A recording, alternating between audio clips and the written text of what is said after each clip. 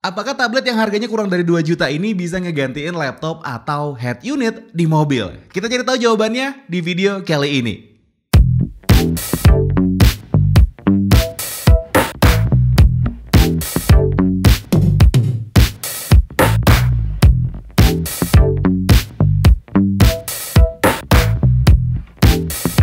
Masih barengan sama gue Dimas dan lo masih dengerin Radio Gadget, the one and only Gadget Radio.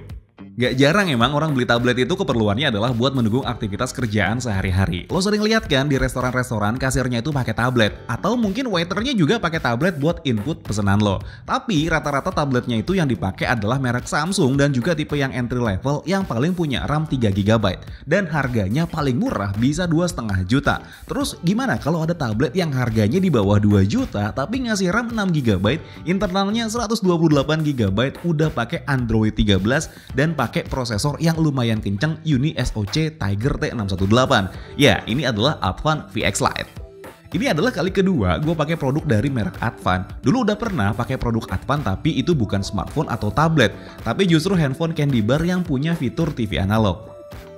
Nah, tablet Advan ini gue pakai sebenarnya bukan buat kerja, tapi gue pakai jadi head unit di mobil yang biasa gue pakai.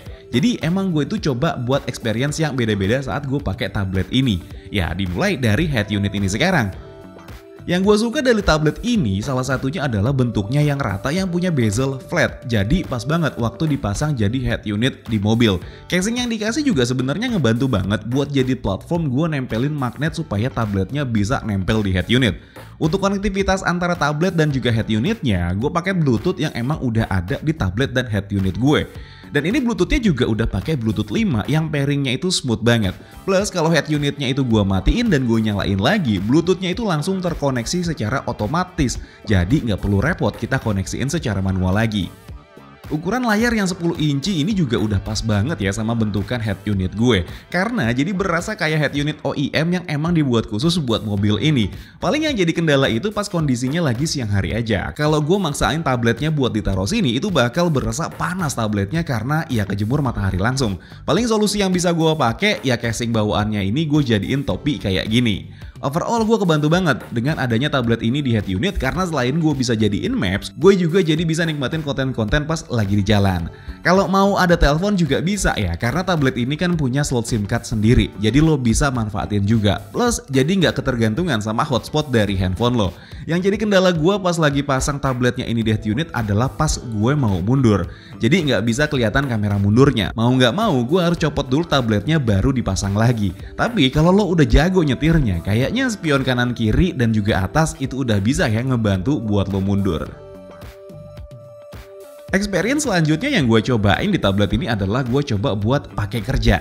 Jadi untuk buat mendukung kerjaan gue itu butuh banget sama yang namanya Microsoft Office kayak Word dan juga Excel. Word gue pakai buat ngetik script, Excel ya buat hitung-hitungan dagangan gue. Tapi sayangnya pas gue coba masukin data pakai flash disk di tablet ini, kebaca sih bisa dibuka, cuman nggak bisa diedit. Gue nggak tahu ya apakah emang gue harus login dulu ke akun Microsoft di Excel dan juga Word ini baru bisa gue edit atau harus gimana. Tapi yang jelas kalau cuma dipakai buat ngeliat data sih ini masih bisa banget ya tabletnya diandelin. Buat yang nanya tablet ini support stylus atau enggak, jujur gue belum coba karena gue juga nggak punya stylus yang emang support sama tablet ini. Yang jelas kalau gue coba pakai S Pen dari Samsung, tabletnya nggak ada respon apa-apa. Mungkin tablet ini bakal jadi berguna kalau dijadiin platform buat nangkep orderan. Seandainya lo punya toko makanan, bisa tuh lo pakai buat nangkep orderan dari aplikasi GoFood atau juga GrabFood. Karena selain bisa pakai WiFi, tabletnya bisa standalone pakai SIM card sendiri. Apalagi udah support 4G juga kan tabletnya. Terus buat yang nanya support aplikasi kasir atau enggak, harusnya sih support ya, apalagi kan tablet ini udah pakai Android 13 yang harusnya udah banyak aplikasi yang bisa digunakan di tablet ini. Experience terakhir yang gue cobain di tablet ini nggak lain nggak bukan gue jadiin sarana buat entertainment di rumah. Biasanya sih tablet gue ini gue pakai buat nemenin gue pas lagi bikin skrip. Gue tinggal puter aja Netflix atau Disney Hotstar, gue taruh di pojokan, udah deh gue lanjut kerja. Untuk playbacknya sendiri di Netflix cuma dikasih sertifikasi L3 aja dengan resolusi mentok di SD. Sedangkan di Disney Plus masih bisa muter video dengan resolusi 1080p. Meskipun tablet ini punya dual stereo speaker, tapi untuk urusan suaranya itu menurut gue kecil ya. Bahkan ini lebih kecil suaranya dibanding beberapa handphone yang punya dual stereo speaker juga. Untuk kualitas suaranya ya bisa dibilang biasa aja, nggak jelek tapi nggak bagus juga. Intinya masih oke lah kalau cuman sekedar dipakai buat nemenin kerja. Dan menurut gue juga speakernya ini cocoknya buat dengerin podcast atau lebih banyak suara obrolan ketimbang dipakai buat dengerin musik. Tapi harus diingat juga kalau tabletnya itu di bawah 2 juta, nggak bisa komplain juga dikasih speaker kayak gini. Justru harusnya bersyukur dengan dual stereo speakernya. Kalau kita ngomongin performa, sebenarnya sih gue puas sama performanya, apalagi mengingat harganya yang terbilang murah. Dengan prosesor Uni SoC Tiger T618 dipaduin sama RAM 6GB plus internal storage 128GB, skor Antutu yang berhasil didapat itu 200 ribuan poin. Sepenggunaan gue sehari-hari sih sebenarnya lancar banget, meskipun layarnya masih di 60Hz, tapi gue nggak nemuin kendala yang gimana-gimana di tablet ini. Emang beberapa kali gue ngerasa kalau tabletnya itu lemot, tapi menurut gue itu bukan dari tabletnya, melainkan ya emang guenya aja yang udah biasa pakai handphone yang udah punya refresh rate 120Hz. Terus scrolling di layar tablet ini yang punya 60Hz doang jadi berasa lemot tabletnya. Jadi intinya cuma masalah kebiasaan aja. Untuk dipakai buat main game, tablet ini juga masih bisa dipakai buat main game sekelas Genshin Impact, asal jangan dipaksain di settingan tinggi aja. Menurut gue sih emang bagusnya main game itu ya sesuai aja sama settingan yang dikasih di handphone ataupun juga tabletnya, karena emang menurut gue itu settingan terbaik biar enak mainin gamenya. Untuk urusan baterai yang 6000 mAh sebenarnya ini agak kurang biasa ya. Biasanya tablet dengan ukuran layar 10 inci ini dikasih baterai dengan kapasitas bahkan sampai 7000 mAh. Tapi ini cuma 6000 mAh aja. Sepenggunaan gue yang lebih sering jadi head unit dengan konektivitas WiFi, tablet ini bisa bertahan antara 2 hari sampai 2,5 hari. Dan gue udah cukup dengan performa baterai segitu. Paling yang berasa agak lama sih pengecasannya aja. Dengan baterai yang 6000 mAh ini kita dibekali charger dengan output maksimal 10 watt. Yang punya durasi pengecasan bisa sampai 4 jam dari 0% sampai 100%. Saran gue sih mending ditinggal tidur aja pas ngecas tabletnya.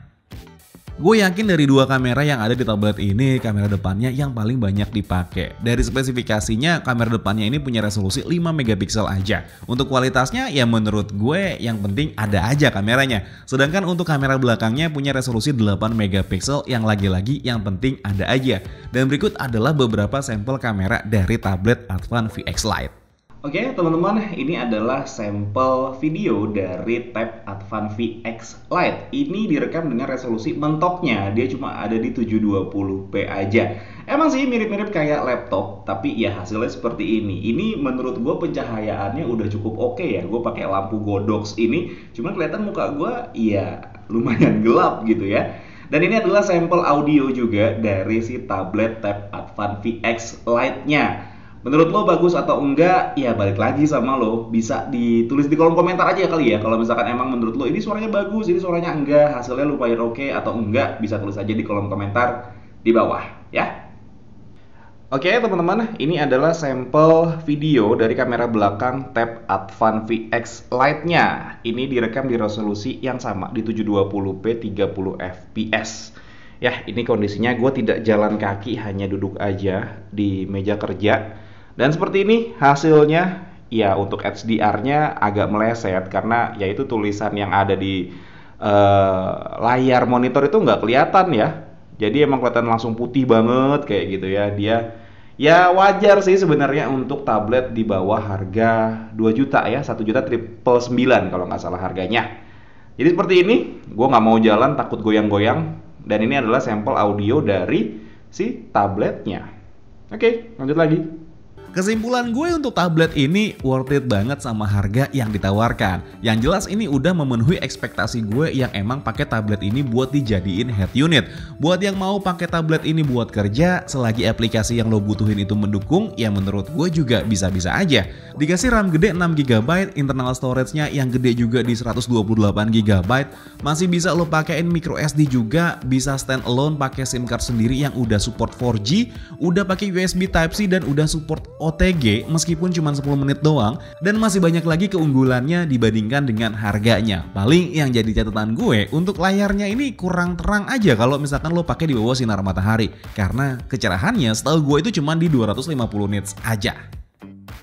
Nah itu dia tadi tablet Tab Advance VX Lite. Kalau menurut gue sayangnya tablet yang harganya kurang dari 2 juta ini masih belum bisa ya ngegantiin fungsi laptop. Kalau misalkan untuk head unit mobil menurut gue masih oke ya. Cuman kalau misalkan untuk laptop kayaknya agak kurang. Mungkin kalau misalkan dia pakai OS-nya Windows dan kita bisa install Excel gitu ya.